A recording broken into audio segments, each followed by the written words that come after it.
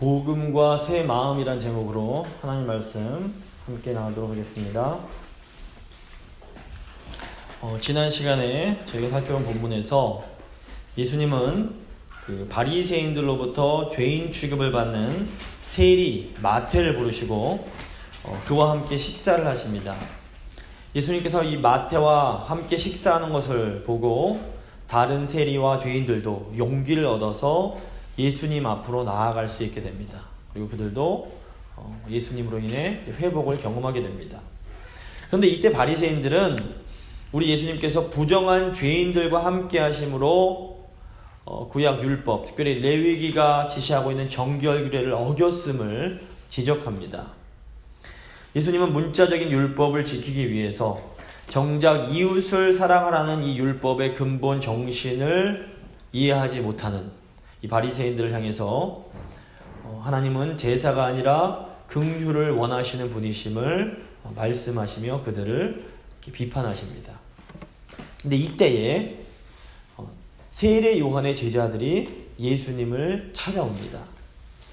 구약 율법에 따르면 이 대속죄일에 모든 이스라엘 사람들이 의무적으로 금식을 해야 했습니다. 그런데 예수님 당시의 바리새인들은 이 율법이 정한 속죄일 외에도 매주 월요일과 목요일을 따로 정해서 자체적으로 금식을 했습니다.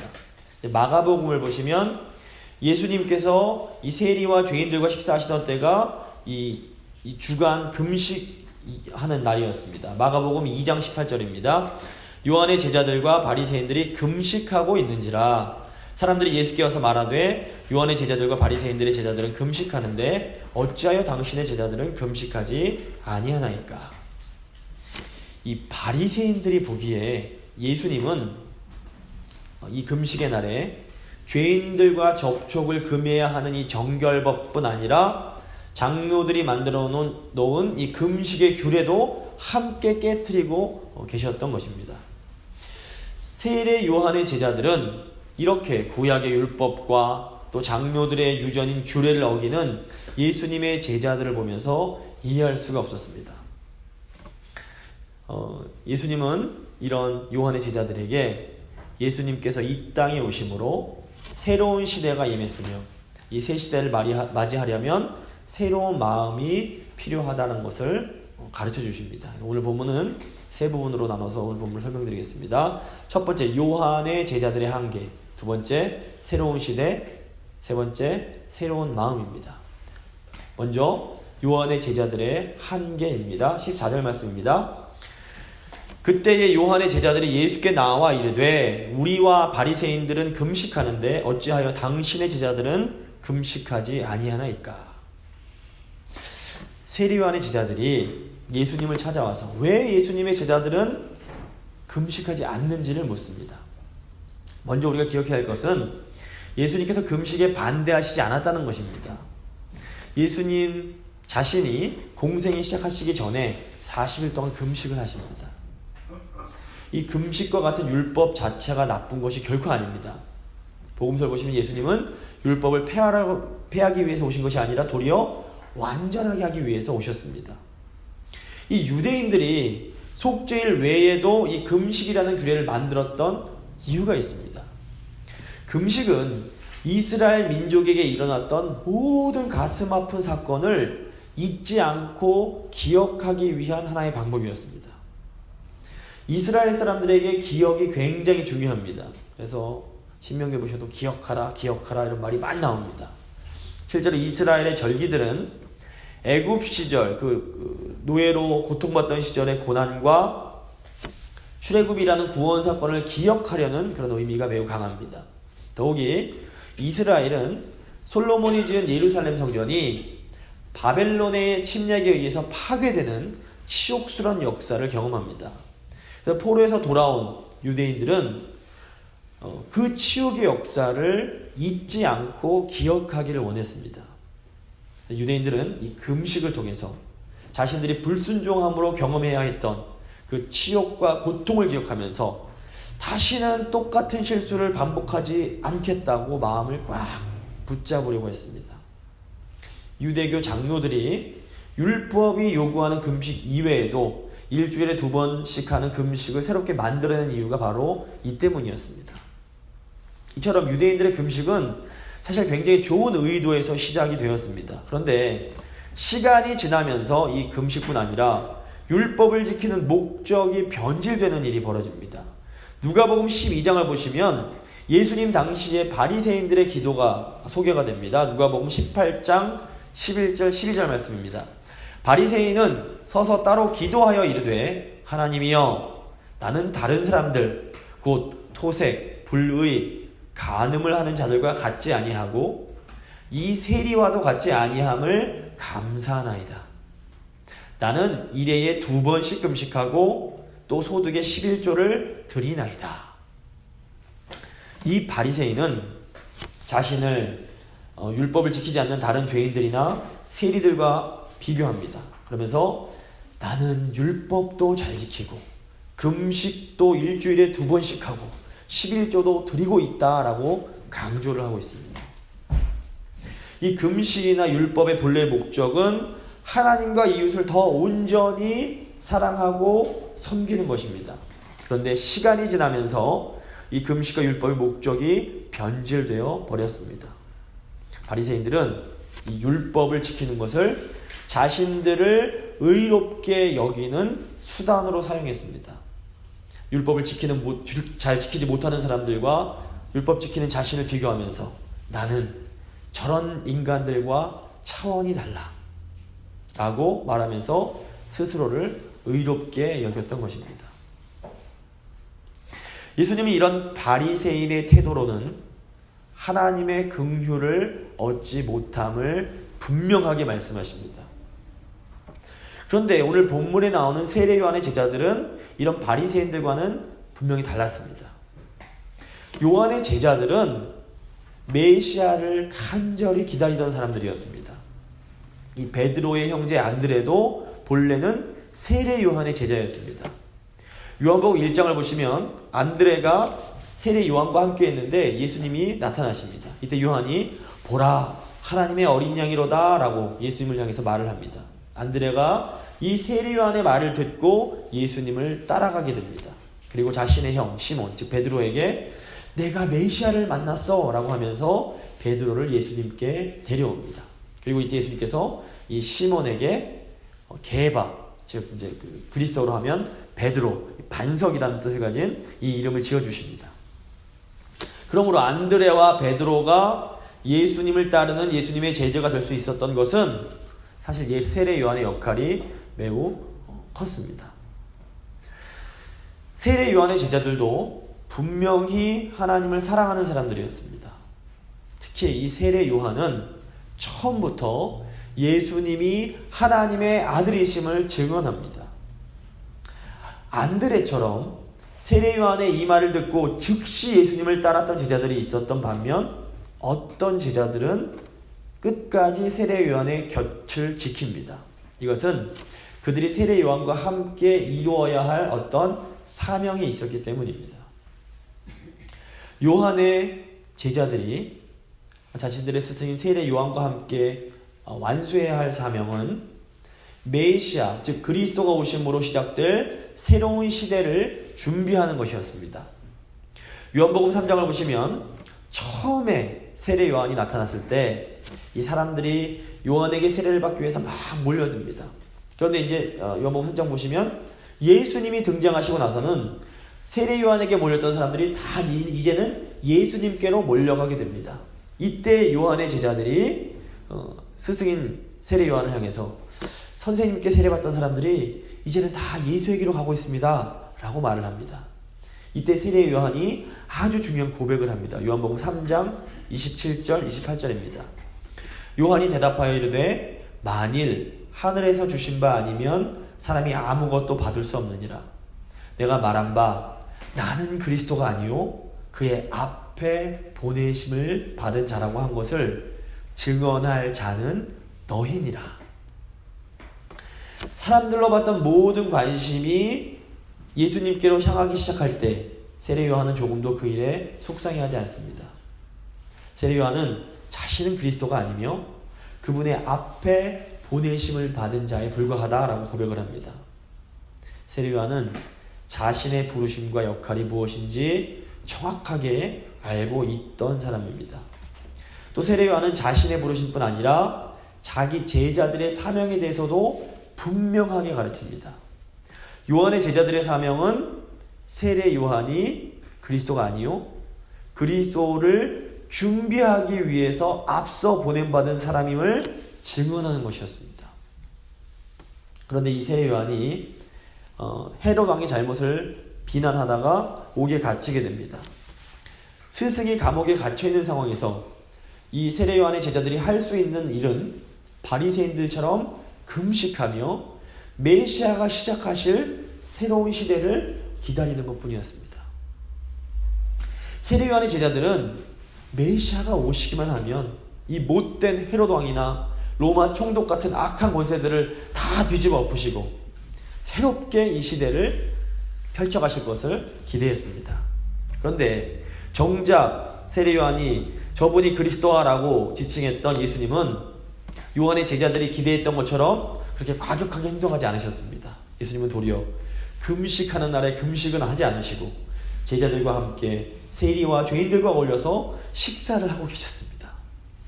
요한의 제자들이 보기에는 도대체 예수님이 정말로 이 땅에 오셔서 세상을 심판하시고 이스라엘을 회복시켜 주실 그분, 그 메시아가 맞는지 의심할 수밖에 없는 상황이었던 것입니다. 그런데 예수님께 와서는 예수님께 직접 따지지는 못하고 왜 당신의 제자들은 금식하지 않느냐라고 돌려서 이제 불평을 하고 있는 것입니다. 예수님께서 이 요한의 제자들의 마음을, 이 답답한 마음을 잘 알고 계셨습니다. 예수 말씀을 보시면 예수님은 이 요한의 제자들을 향해서는 이 바리새인들에게 하셨던 것처럼 무서운 비판이나 책망을 하지 않으십니다. 그리고 도리어 예수님은 두 가지 답변을 통해서 이 요한의 제자들이 하나님의 나라로 들어올 수 있도록 새 시대를 살아갈 수 있는 어떤 그런 기회를 주고 계십니다. 하나님께서 우리의 마음의 중심을 보고 계십니다. 그래서 우리가 세례 요한의 제자들처럼 때로 부족해서 예수님을 이해하지 못하고 잘못된 방식으로 살아갈 수 있습니다. 하지만 하나님께서 그 순간에도 우리의 마음의 중심을 보고 계십니다. 그리고 우리를 책망하지 않으시고 도리어 우리 그 마음의 중심을 받아주시고 우리가 새로운 시대를 살아갈 수 있는 기회를 우리에게 허락해 주십니다. 두 번째, 이제 새로운 시대입니다. 예수님은 요한의 제자들을 향해서 이미 메시아의 혼인잔치가 시작되었고 새 시대가 시작되었다라고 말씀하십니다. 15절입니다. 예수께서 그들에게 이르시되 혼인집 손님들이 신랑과 함께 있을 동안에 슬퍼할 수 있겠느냐? 그러나 신랑을 빼앗길 날이 이르리니 그때에는 금식할 것이니라. 왜 예수님이 하필 신랑의 비유를 드셨을까요? 요한복음 3장을 보시면 세례 요한이 자기 제자들을 향해서 이 메시아를 신랑에 비유했습니다. 요한복음 3장 29절 30절입니다. 신부를 취하는 자는 신랑이나 서서 신랑의 음성을 듣는 친구가 크게 기뻐하나니 나는 이러한 기쁨으로 충만하였노라. 그는 흥하여야 하겠고 나는 쇠하여야 하리라. 세례 요한의 제자들은 자기 스승의 이 말을 분명히 기억하고 있었을 것입니다. 예수님은 요한의 제자들을 향해서 바로 자신이 요한을 기쁨으로 충만하게 했던 그 신랑임을 분명하게 가르쳐 주십니다. 예수님은 메시아가 오셔서 혼인잔치가 시작되었고 새 시대가 열렸기 때문에 지금은 슬퍼하고 금식할 때가 아니라 도리어 신랑과 함께 기뻐해야 할 때다라고 말씀하십니다. 예수님께서 이 땅에 오심으로 역사 가운데 완전히 새로운 시대가 열리게 됩니다. 그래서 저희 역사도 AD와 BC로 나누는데 그것은 주님 오시기 전, 주님 오신 후로 나눠지는 것입니다. 예수님이 오시기 이전과 예수님이 오신 이후는 완전히 다른 시대입니다. 이것은 애굽에서 종살이 하던 시대와 출애굽하고 자유롭게 된 시대가 완전히 다른 것과 같습니다. 우리나라도 일제 지배를 받다가 광복을 맞이했습니다. 일제시대와 광복 이후의 시대는 완전히 다를 수밖에 없습니다. 일제 지배하에 있을 때에는 괴로워하고 슬퍼하는 것이 맞습니다. 하지만 광복이 된 후에는 일제 지배를 슬퍼하는 것이 아니라 광복의 기쁨을 누려야 합니다. 예수님이 이 땅에 오신 것은 인류 역사에 완전히 새로운 시대가 시작되었음을 의미합니다. 누가복음 4장을 보시면 예수님은 나사렛 회당에서 이사야 선지자의 글을 펴시고 이렇게 말씀하십니다. 누가복음 4장 18절 19절입니다. 주의 성령이 내게 임하셨으니 이는 가난한 자에게 복음을 전하게 하시려고 내게 기름을 부으시고 나를 보내사 포로된 자에게 자유를, 눈먼 자에게 다시 보게 함을 전하며 눌린 자를 자유롭게 하고 주의 은혜의 해를 전파하게 하려 하심이라 하였더라. 예수님이 이 땅에 오심으로 하나님이 약속하셨던 은혜의 시대가 시작되었습니다. 이 은혜의 시대는 성령을 통해 포로되었던 사람들이 자유를 얻고 눈멀었던 사람들이 다시 보게 되고 눌렸던 사람들이 해방이 되는 놀라운 회복의 시대입니다. 감사하게도 새 언약 백성인 우리는 바로 이 은혜의 시대 속에서 살아가고 있습니다. 새 언약에 약속된 성령 안에서 우리는 믿음으로 예수님 말씀에 순종하기만 하면 그리스도 안에서 하나님 나라의 놀라운 회복을 경험하고 누릴 수 있습니다. 이 새 시대의 비밀을 깨달았던 사도 바울은 고난받고 있는 교회들을 향해서 고난 가운데서도 계속해서 기뻐하라 라고 권고합니다. 이미 새 시대가 시작되었기 때문입니다. 그런데 오늘 본문을 보시면 예수님은 신랑을 빼앗길 날이 이를 것이며 그때는 예수님의 제자들도 금식할 거라고 말씀하십니다.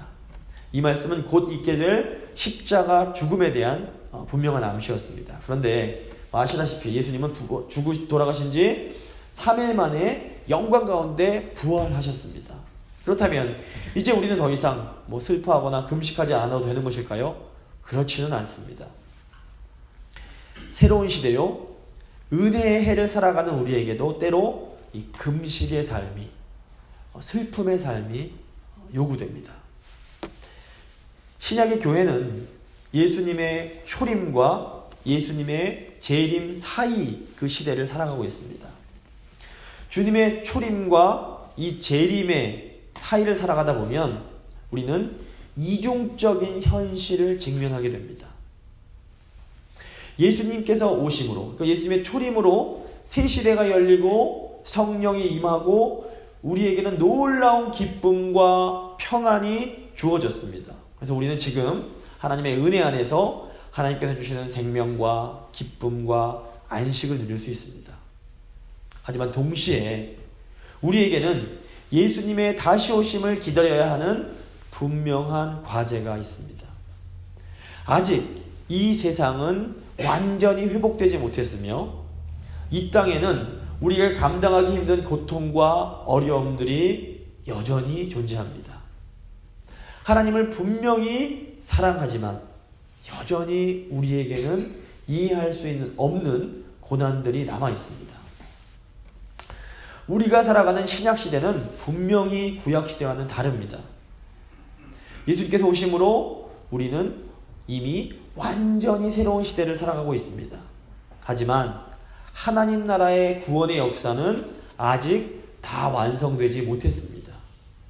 그래서 예수님께서 다시 오실 때까지 하나님의 역사는 이 교회를 통해 이 죄악된 세상 속에서 계속해서 확장돼 나아가야 합니다. 그렇기 때문에 예수님이 다시 오실 그때까지 우리는 이미와 아직 사이에서 긴장하며 살아갈 수밖에 없습니다. 하지만 이 이미와 아직의 긴장은 우리의 신앙을 매우 건강하고 역동적으로 만들어주는 긴장임을 기억해야 합니다. 예수님께서 오셨기 때문에, 그리고 그래서 이미 새 시대가 열렸기 때문에 우리는 언제나 기뻐하며 감사할 수 있습니다. 하지만 여전히 우리는 이 죄악된 세상으로 인해서 탄식하며 애통해하며 간절히 주님을 기다려야 합니다. 우리는 주님께서 시작하신 이 새 시대를 누리는 사람들입니다. 이 새 시대를 누리는 사람들은 이미와 아직의 영적 긴장 속에서 고난 중에도 감사하며 평안 중에도 겸손히 주님을 기다리는 그런 삶을 살아가야 합니다. 세 번째로 새로운 마음입니다. 예수님은 요한의 제자들에게 이 새 시대를 누리기 위해서는 새 마음이 필요함을 가르쳐 주십니다. 16절 17절 말씀입니다. 생배 조각을 낡은 옷에 붙이는 자가 없나니 이는 기운 것이 그 옷을 당겨 헤어짐이 더하게 되며 새 포도주를 낡은 가죽 부대에 넣지 아니하나니 그렇게 하면 부대가 터져 포도주도 쏟아지고 부대도 버리게 됩니다. 새 포도주는 새 부대에 넣어야 둘 다 보존되느니라. 예수님은 같은 내용을 강조하시기 위해서 두 가지 비슷한 예를 드십니다. 요즘에는 옷을 기워서 입는 사람들이 많지 않지만 과거에는 옷을 기워 입는 경우가 많았습니다. 그런데 이 헌 옷에 새 천조각을 붙여서 기우면 옷을 빨고 나면 새 천조각이 줄어들기 때문에 헌 옷을 잡아당겨서 헌 옷 전체가 망가져 버리게 됩니다. 예수님께서 이 말씀을 먼저 하십니다. 또 이스라엘 사람들은 이 포도주를 많이 마셨습니다. 예수님 당시의 포도주는 요즘 사람들이 생각하는 이런 고급스러운 와인이 아닙니다. 예수님 당시의 포도주는 포도 알갱이를 으깨서 만든 포도즙이라고 보시면 됩니다. 이런 포도주는 물이 귀한 이스라엘에서 오랫동안 보관하면서 먹을 수 있는 굉장히 중요한 음료였습니다. 그런데 이 새 포도주를 부대에 넣으면 발효가 되면서 부대가 땡땡하게 부풀어 오르게 됩니다. 근데 이때 신축성이 없는 오래된 가죽 부대에 이 새 포도주를 넣으면 이 팽창을 견디지 못하고 부대가 터져버릴 수 있었습니다. 그래서 예수님은 새 포도주는 반드시 새 부대에 넣어야 포도주도 보존이 되고 부대도 보존이 된다라고 말씀을 하고 계십니다. 예수님께서 말씀하신 이 두 가지 예의 공통점이 무엇입니까? 유연성이 있어야 새로운 것을 수용할 수 있습니다. 유연성이 없으면 새로운 것 때문에 헌 옷이나 헌 부대가 찢어지거나 터져버리게 됩니다. 이게 도대체 무슨 말일까요? 예수님이 이 땅에 오심으로 시작된 이 새로운 시대를 누리려면 유연하고 부드러운 마음이 필요합니다. 변화를 수용하는 넉넉하고 유연한 마음이 있어야 하나님 나라가 주는 놀라운 회복을 경험하고 누릴 수 있습니다. 율법을 지킴으로 자신들의 의로움을 드러내고 싶어하는 바리새인들의 마음은 마치 낡고 오래된 옷감과 같았습니다. 그래서 복음이라는 새 천조각과 만나면 완전히 찢어져 버릴 수밖에 없었습니다. 또 요한의 제자들처럼 금식이라는 자신들의 방법을 고집하는 사람들의 마음은 오래된 가죽 부대 같아서 새 포도주와 같은 하나님의 나라를 온전히 담아낼 수 없었습니다. 예수님은 왜 예수님의 제자들은 금식하지 않습니까? 라고 묻는 요한의 제자들에게 새 포도주와 같은 하나님 나라의 복음을 소유하려면 새 부대와 같은 부드러운 마음이 필요함을 가르쳐 주십니다. 우리 교회라는 가죽 부대에 하나님 나라의 복음이 담겨질 때에 우리에게는 놀라운 구원과 회복의 역사가 일어납니다. 그런데 이 복음은 마치 새 포도주와 같아서 이 복음을 담아내려면 우리에게는 반드시 새 부대와 같은 부드러운 마음이 필요합니다. 에스겔 선지자는 메시아가 오실 때에 새 영과 함께 새 마음, 부드러운 마음을 주실 것이다 라고 예언을 합니다. 에스겔 36장 25절입니다. 또 새 영을 너희 속에 두고 새 마음을 너희에게 주되 너희 육신에서 굳은 마음을 제거하고 부드러운 마음을 줄 것이며. 2000년 교회 역사를 보면 복음 안에서 놀라운 회복의 역사를 경험했던 교회는 언제나 성령께서 주시는 새 부대와 같은 새 마음이 있었습니다. 사도행전을 보시면 하나님은 베드로에게 새 마음을 주심으로 이방인을 회복시켜 주십니다. 사도행전 10장을 보면 고넬료라는 로마 군대의 백부장이 나옵니다. 고넬료는 하나님께서 구원하시기로 선택하신 그런 하나님을 경외하는 이방인이었습니다. 하나님은 베드로를 보내서 이 이방인 고넬료에게 성령을 주기를 원하셨습니다. 그런데 당시 베드로의 마음은 이 복음의 새로운 역사를 받아들일 준비가 되어 있지 못했습니다. 이때 하나님께서는 환상을 통해 베드로에게 새로운 마음을 허락해 주십니다. 베드로는 정통 유대인입니다. 베드로는 뼛속 깊은 유대인 출신입니다. 그래서 어릴 때부터 이 레위기에 나오는 정결법을 철저하게 지켰던 것 같습니다. 레위기에 따르면 저희가 이제 지난주 수요일에 배웠지만 이스라엘 백성들은 부정한 짐승을 먹어서는 안 됐습니다. 부정하다는 건 더럽다는 의미입니다. 그런데 하나님께서 이 환상 중에 이 부정한 짐승들이 담긴 그릇을 내려보내시면서 베드로에게 그것을 먹어라 라고 말씀을 하십니다.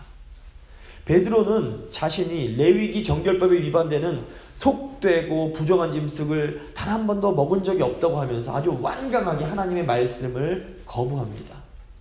이때 하나님께서는 하나님께서 깨끗하게 하신 것을 내가 속되다 하지 말라 라고 말씀을 하십니다. 이런 일이 3번 반복해서 있은 후에 베드로의 마음이 부드럽게 변화됩니다.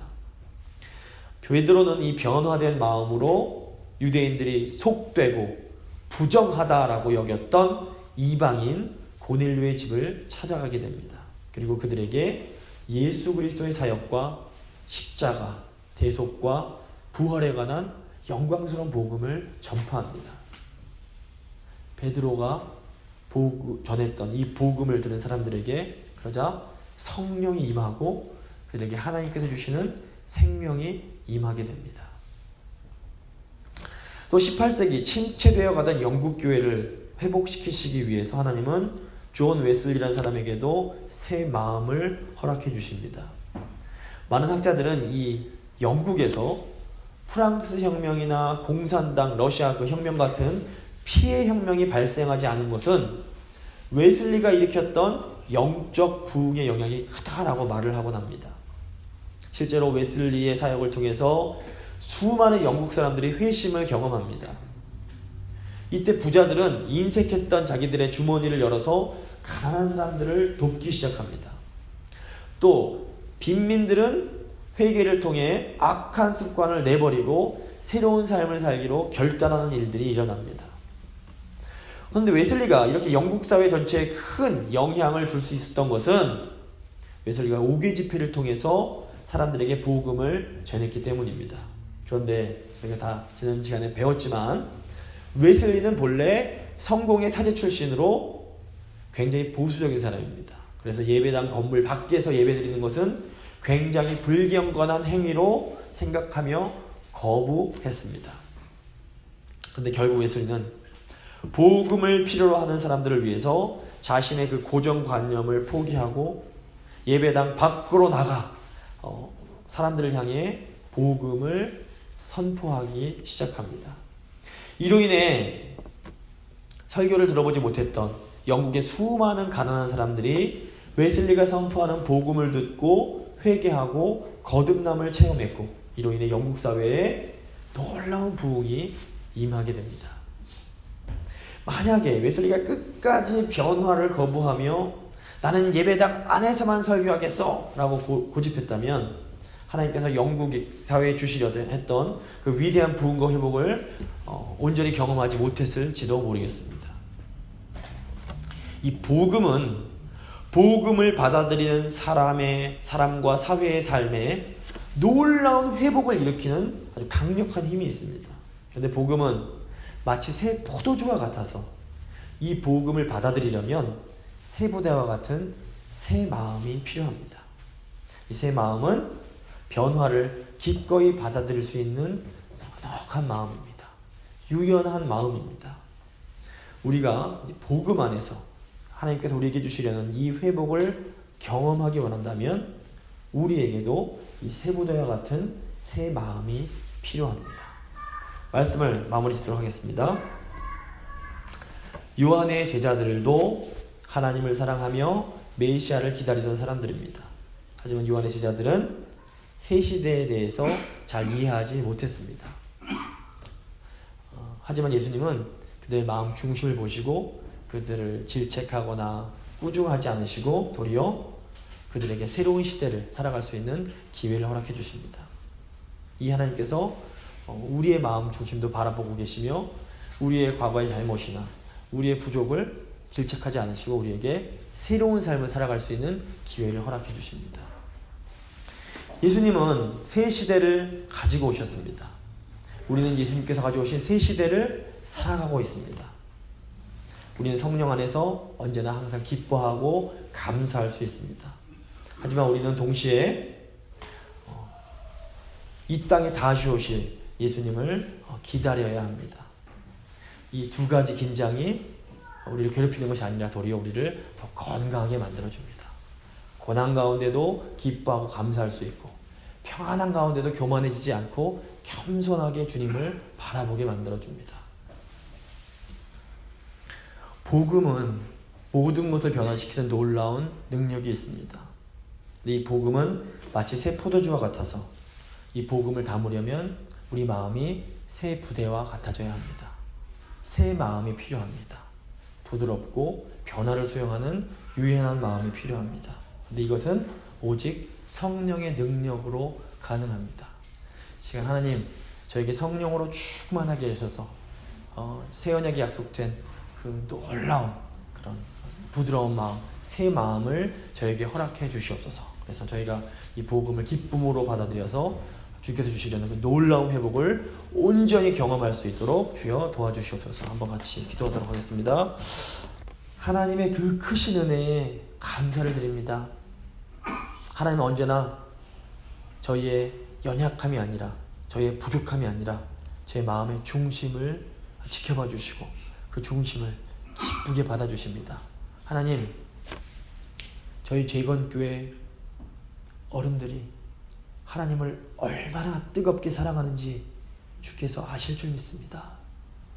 그리고 그 마음을 기쁘게 받아주셨음에 감사를 드립니다. 예수님 저희에게 복음을 통해서 놀라운 회복 주기를 원하십니다. 아버지, 저희가 이 복음 안에서 주님께서 주시는 회복을 누리기 위해서는 주님 성령 안에서 저희 마음이 새롭게 변화되어야 합니다. 저희 마음 가운데 성령을 통한 부드러운 마음을 주시고 저희가 복음을 온전히 수용함으로 저희 안에 하나님께서 주시는 그 놀라운 회복의 그 역사가 일어날 수 있도록 주여 저희와 함께하여 주시옵소서. 저희가 복음 안에서 하나님께서 저에게 원하시는 그 사명을 온전히 이루어드리는 참으로 주님 기뻐하시는 교회가 될 수 있도록 주여 함께하여 주시옵소서. 예수 그리스도의 이름으로 기도드립니다. 아멘.